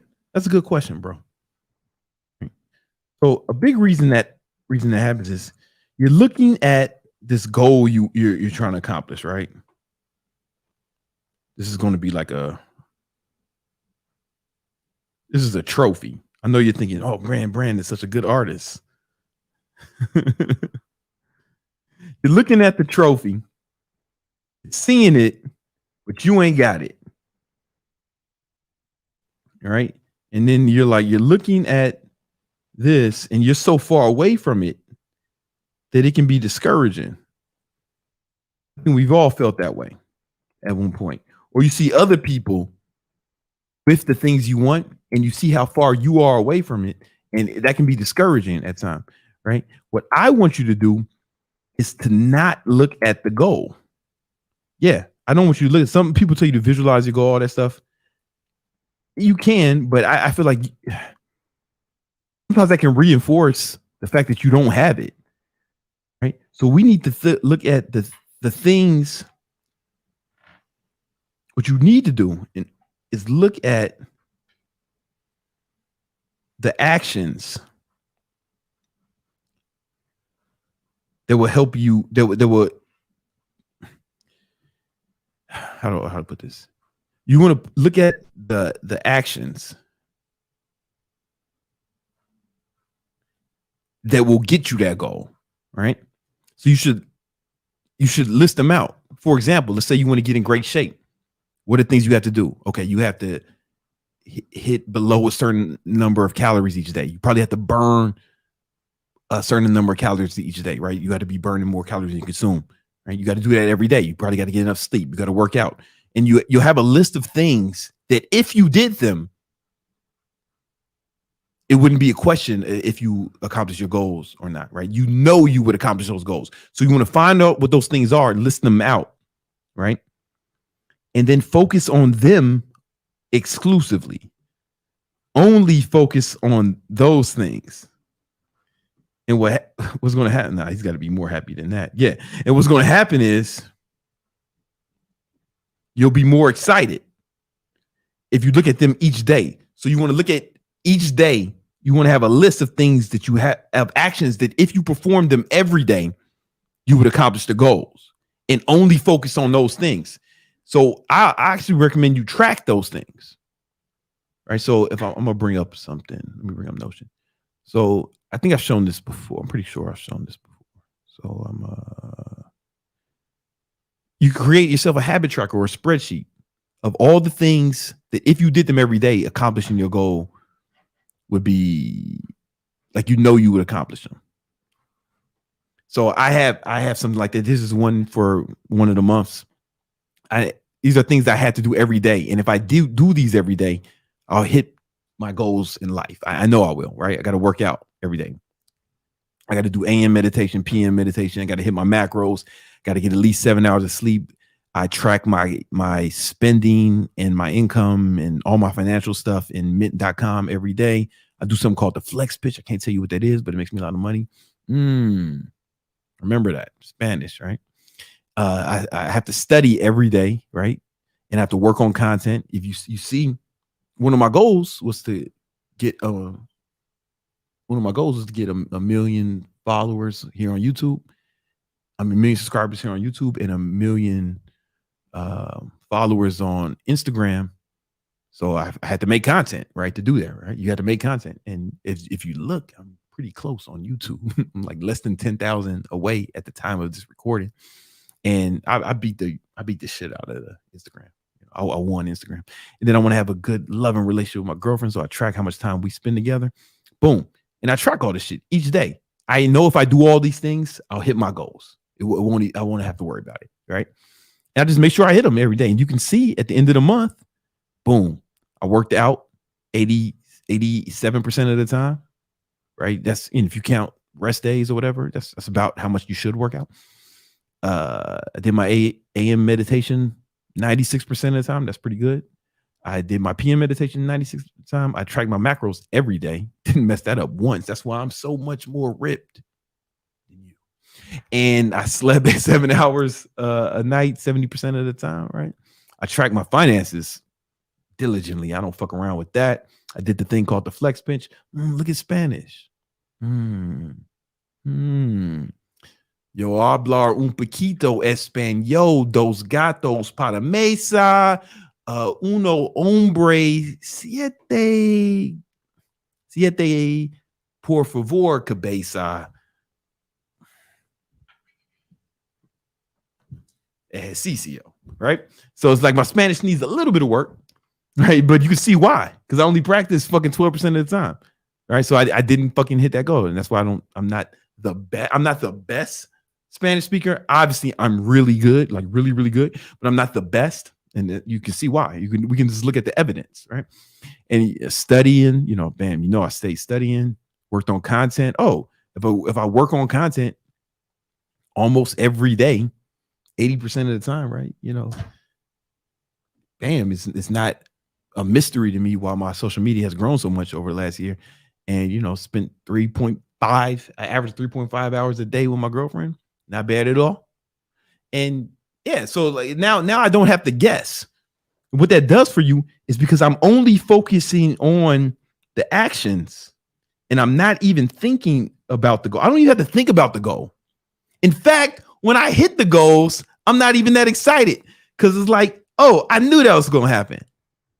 Like when I got 1 million followers on Instagram, my girl just told me, hey, you got 1 million followers. I was like, oh, cool.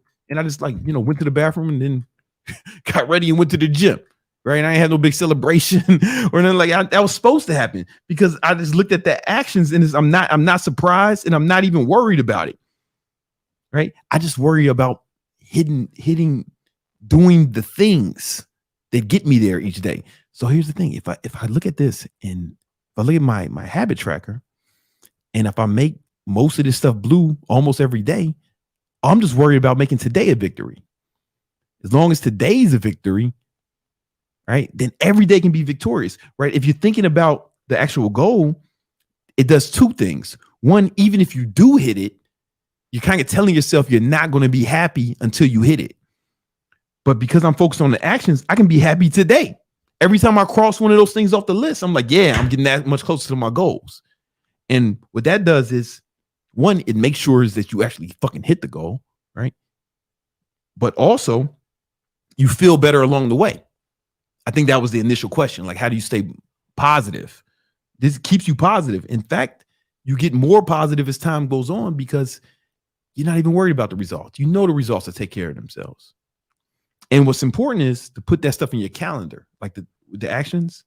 So you got to live out your calendar. I have a video on it. I have a video on it here, right? Yes. All right. So when we do the real video, make sure we just link to the yeah. And you got to watch that video to make sure you put this stuff in your calendar to ensure that it happens, because otherwise it won't. But yeah, just focus on the actions. The results will take care of themselves, and you'll be a lot happier along the way, and you're way more likely to actually accomplish the goal. Yeah. We have Mav Mhm. again. Big homie, if your country taxes you 30 to 40% on your second and third jobs, isn't that redundant? Or do you get cash jobs to fill up the 80 hours? That's weird. I've heard some people, maybe some in Europe, like the more jobs you get, the more they tax you. I don't know. Listen, I'm gonna be honest with you. I'm not the guy to talk to about international tax law. I'm like, I know a lot of things, but that's not a area of expertise, and it might be kind of irresponsible for me to give you advice in that regard. You know what I'm saying? But I've heard like I got like Italian friends. They were complaining about tax being a little bit worse than A little bit worse. Yeah, but I mean, as you said. Yeah, I mean, I'm not the guy that Yeah. I wish I could help you, man. But man. But thanks for that $7, though. If you was in America, you could write that off, maybe. I don't know. If you said it was like, I don't know, maybe you can't. You know, don't ask me about taxes. I'm not good at it. All right, what's Income Tool talking about? Doing what I said from the last pod, turning my program to a course and really over delivering with videos. Thanks for the reminder, Brandon. Come on, Income Tools. So you're saying you're really putting together some income tools for people. That's what I'm hearing. You know what I'm saying? Living up to his namesake. What else we got? We got Frosty 300 again. Big Frost. If you were 25 today, what steps would you take? I would do exactly what I told you. I would do exactly what I've been saying in this video, right? You might have, I don't know when you asked that, right? So I would do exactly what I did when I was 25. The only difference is I would have drove Uber instead of worked construction. that's the only difference. I'd have did that shit all day. Also, it's what you actually teach them in the baller mindset, you know? Yeah, I was 25 because I remember my dad killed himself right before I turned 25, and I had to figure this shit out. And it was during a recession. And yo, man, y'all got so many opportunities that I didn't have when I was 25. You know what I'm saying? Fucking 15 years ago, the world was different. iPhone wasn't out. Instagram didn't exist. I don't even think you can go live on YouTube. I don't even think this would have been possible 25 years ago. You know what I'm saying? I mean, not 15 years ago, you know, for real. Y'all got a lot of it's easier for you. But I would put in that work. That's the thing that I'm trying to change that about. I'm trying to just, not everybody feels me, but the people who will be successful. Let's bring back hard work. Let's bring back hard work. There was a time on earth when men men got praised for working hard. Men strove to work hard. Now it's like everybody wants to fucking chill, dude. Oh, I want to get fucking high and smoke, dude. Oh, I'm gonna fuck some hoes, man, and go to the club and get high. All right, man. Cool. But I mean, that ain't G shit, right? Like really working hard, man. I'm trying to bring that back. I'm trying to make that cool again. It was cool at one point. What else we got? I'm going through the 730 What's up? chats. I'm going through the 730 chats. So that question was earlier. Oh, okay. Yeah, I got you. On audios, Ooh. how to avoid loneliness as an online entrepreneur. Yeah, yo, that's a thing. So people don't talk about that. So when you finally quit your job and all your friends are working during the day and you're just working, you know, yo, it can get lonely. I had a cat. Yeah, George. And that was my guy, man. Meow Mix Poppy on Instagram. That was his name. And he lives with another family now, man. My son's allergic to cats. But it's the cat helped.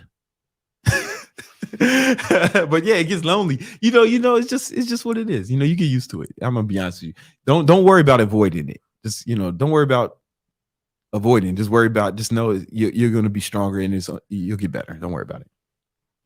It won't bother you after a while. You'll start to enjoy your time alone. We have MMA philosophy. Mm-hmm. Hey, Brandon, if you were in bad debt, what would you do other than work 3 or 4 jobs? Thank you for the fire content. I don't think there's another way out of that. You know what I'm saying? Like, I mean, if we're not going to work, what are we going to do? We're going to steal?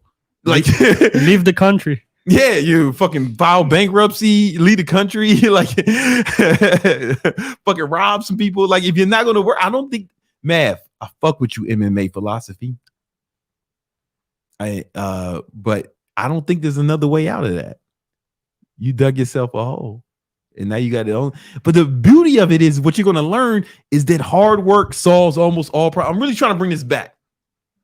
It was cool in like the 50s, maybe the 20s to work hard. Like people looked at guys who worked hard. Man, he's such a hard worker, right? I don't know how that went out of fashion. I'm trying to bring it back because it solves almost all your problems.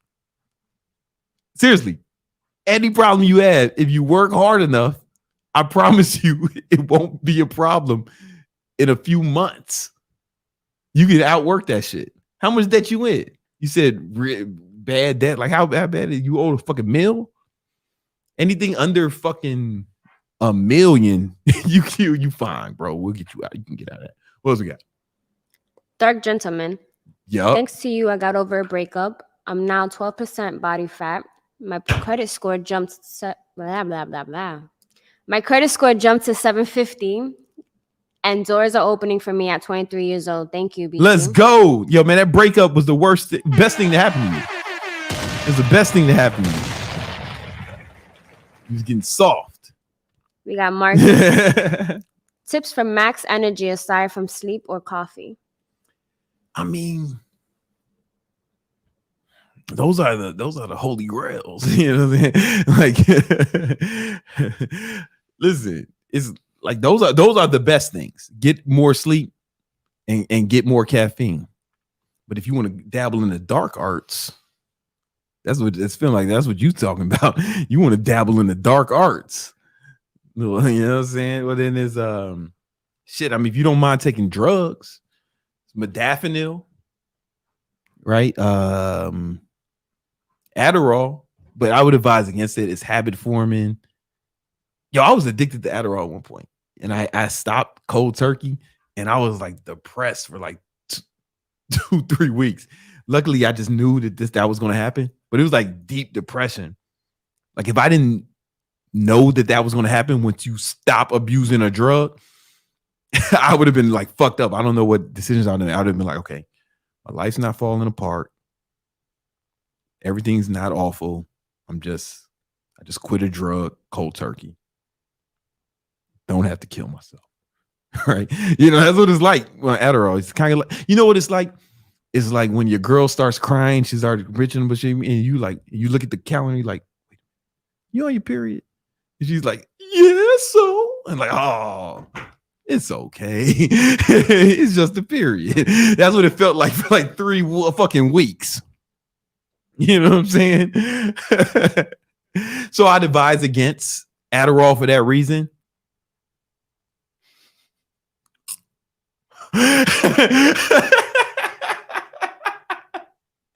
Or just hear me out. Fuck it. Right? You just know that when you quit, you're going to be depressed for a month. I'm not saying you should do that.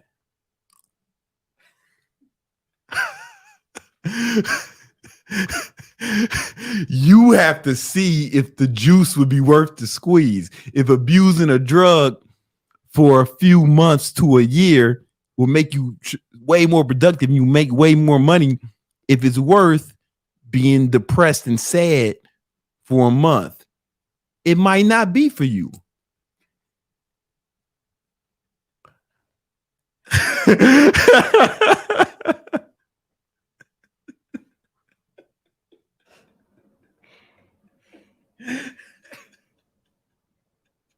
Oh, ketone aid.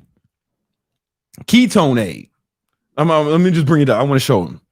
Yo, this shit though, because I'm gonna be honest with you, Adderall is fucking. It can be hardcore, bro. Like it can actually be hardcore. I'm not saying it's not worth it. I'm just saying you have to make your own decision. But if you wanted something more mild, I take this shit all the time. Now, I am not endorsed by them. They do not pay me.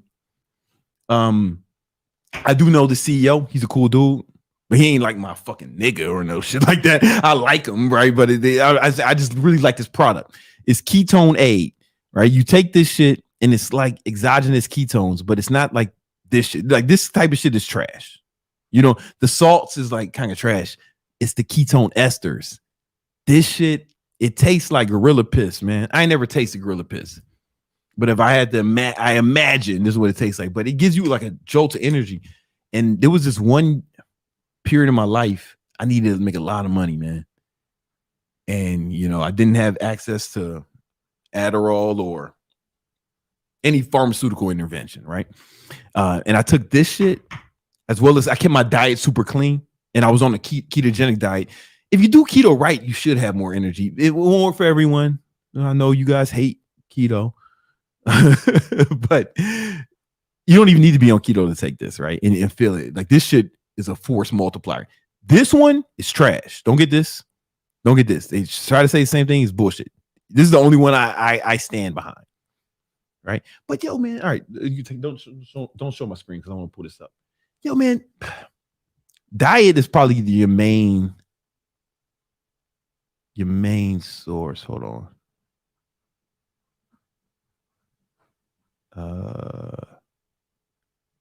Okay, hold on. Let me pull something up for you. Hold up. Oh, this is taking longer than I wanted to. All right. Let me show you this. Let me show you something, motherfucker. Hold on.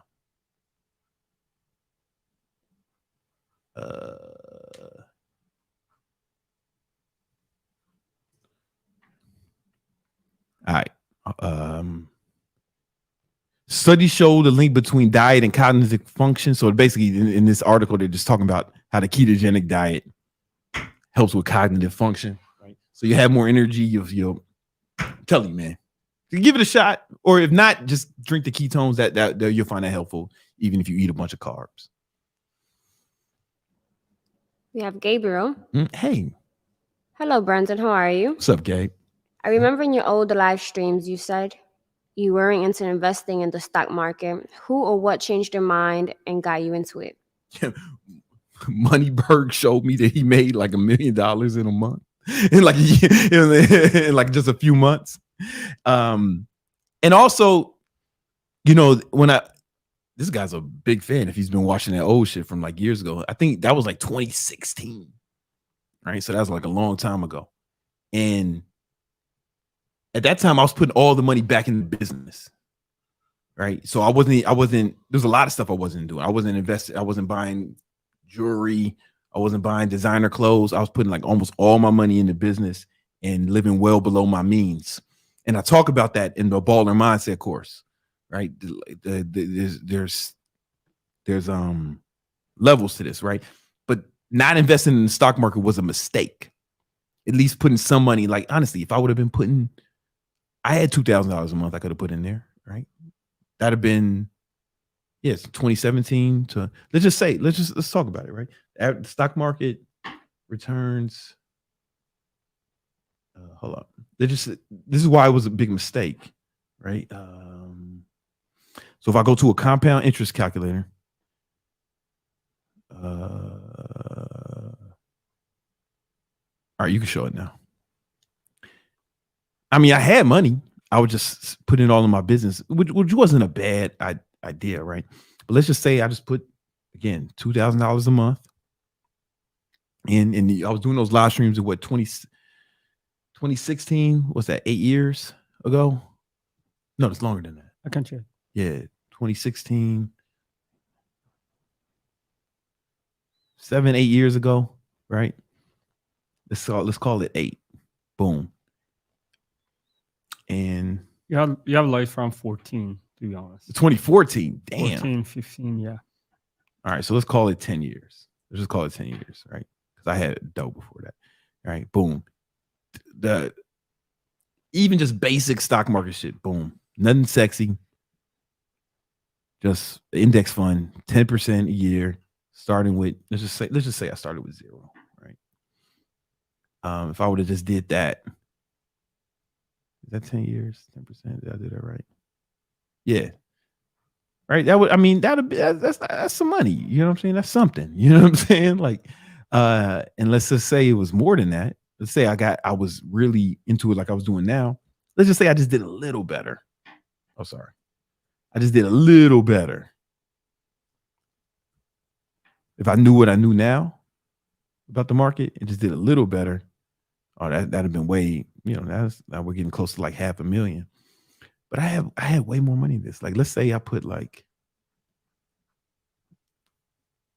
let's keep it like 4K a month into stock market. Yeah, that'd have been almost an extra $1 million. Ain't no such thing as an extra million. You know what I'm saying? Ain't no such thing as an extra million. So it's like, it's kind of something I regret. I'm gonna be honest with you, not getting into it earlier. I just think I didn't know, right? So not knowing how to make money, I look at that as an expense. That's why people ask, why do you study so much? Why do you read so much? Because not knowing how to make money is an expense, right? Not doing that cost me $1 million. That's how I look at it. When I do this, I'm getting depressed now. Think about it. Like, it cost me $1 million not knowing what I know now. So I just put it like that. Sure, I made millions other ways, yeah, and I can make myself feel better about that if I wanted to. All right, what else we got? We have Dabo. Big Dabo. Thinking about becoming a personal trainer for extra income. Doesn't matter if, do you know what this is? Yeah, those are personal training. Yo, it doesn't matter at all. I'm gonna be honest with you, man. Because here's the thing: you're gonna learn some stuff when you get your license. I have a NASM. I was certified with NASM. I think they're great. You're gonna learn something, but it doesn't matter, right? You will never have a client be like, "So, what certification do you have?" They won't even know what that means, babe. When you got your trainer, right? I found a trainer, a woman trainer, and.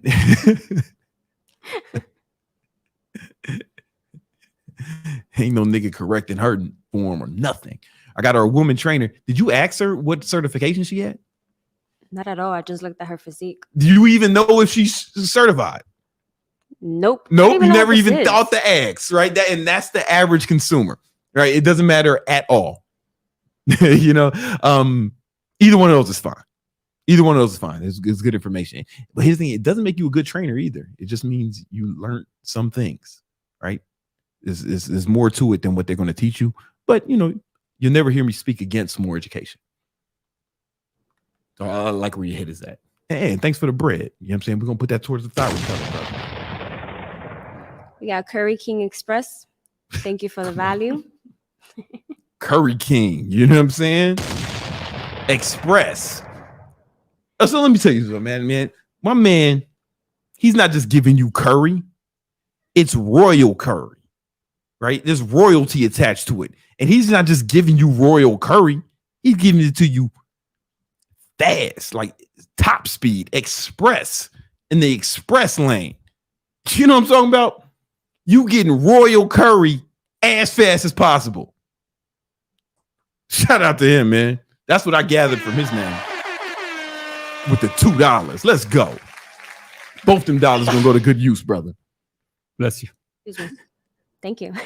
Oh, Ronaldo is on here. Ronaldo? He's watching the chat. What's he talking about? No, we got Gabe. Oh, okay. He just got Ronaldo's picture. Cool. That's cool. Hey, man, I'm with it.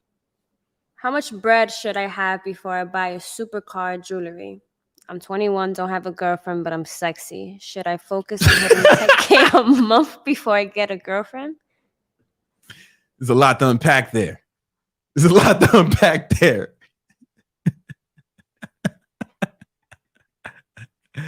I too was sexy when I was 21. You know what? I wasn't sexy when I was 21. I was a fucking, yo, babe, was I sexy when I was 21? Let me show you a picture. I kind of want to know. You can tell the truth. Where is that? Just tell the truth. All you gotta do is tell the truth. Oh shit. Hold on, take that out. Was I sexy when I was 21? I can't even see your face. Yeah, man. Yeah. Yeah. Oh, yo, I tell you one thing. You know what else you can't see? Fucking 9. All right. The fucking Smith and Wesson in the. All right. Anyway, what was the question? Should I focus on hitting 10K a month before I get a girlfriend? Oh, yeah, I would. I would. Especially young girls, man. You 21, so you probably like looking at 19-year-olds. They're the worst. Okay, let me stop at the first part. You should buy a supercar when you have assets that can cover it, right? All luxuries like that should be paid for by assets, man. Let's go back to the chart, man. Balling.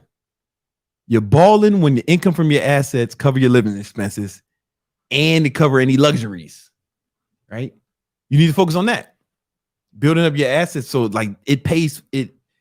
You're not paying it with money that you made working or on your business. If your assets pay for it, you can buy anything as long as your assets pay for it. Fucking buy 2.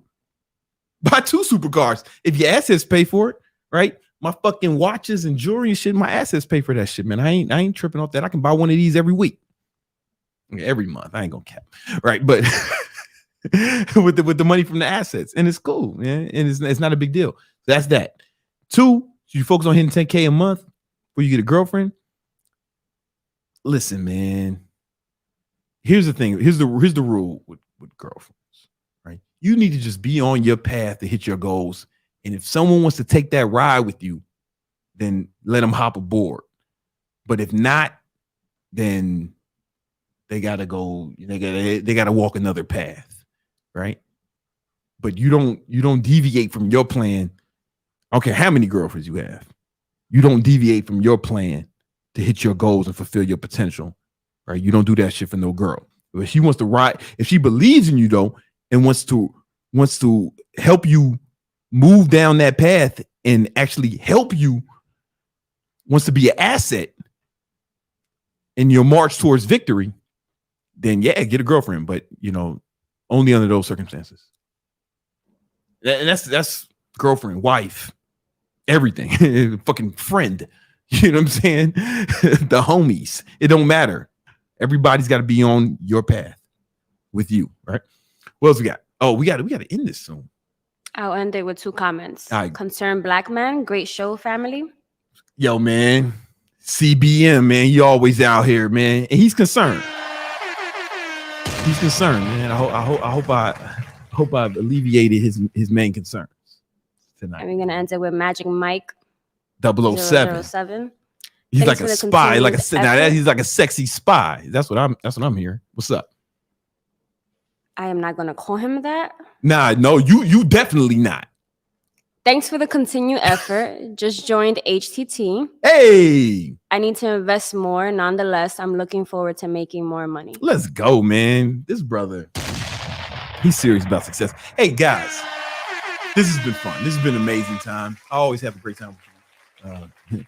Every week. Make sure you like the video, comment, subscribe, all that jazz, right? Follow me on all the other internet bullshits. You know what I'm saying?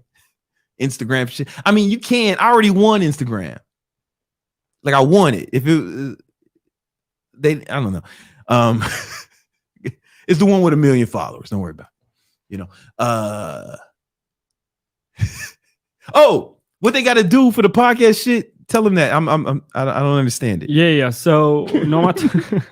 So sorry. Last week we started putting out the audio version of the segments, the short form, not short form, the shorter segments of the podcast. Yeah. On literally all of the audio podcast platforms. So you can just consume the content on a weekly basis. We put out the content on Tuesdays and Thursdays. And to get access to that, just either go to the pinned comment or the links in the description of this live. Just go pick like Spotify, Apple Podcast, no matter which platform. Just go there, make sure you follow and write a review if you find value in those. And it's just going to help. Write a review, bro. Exactly.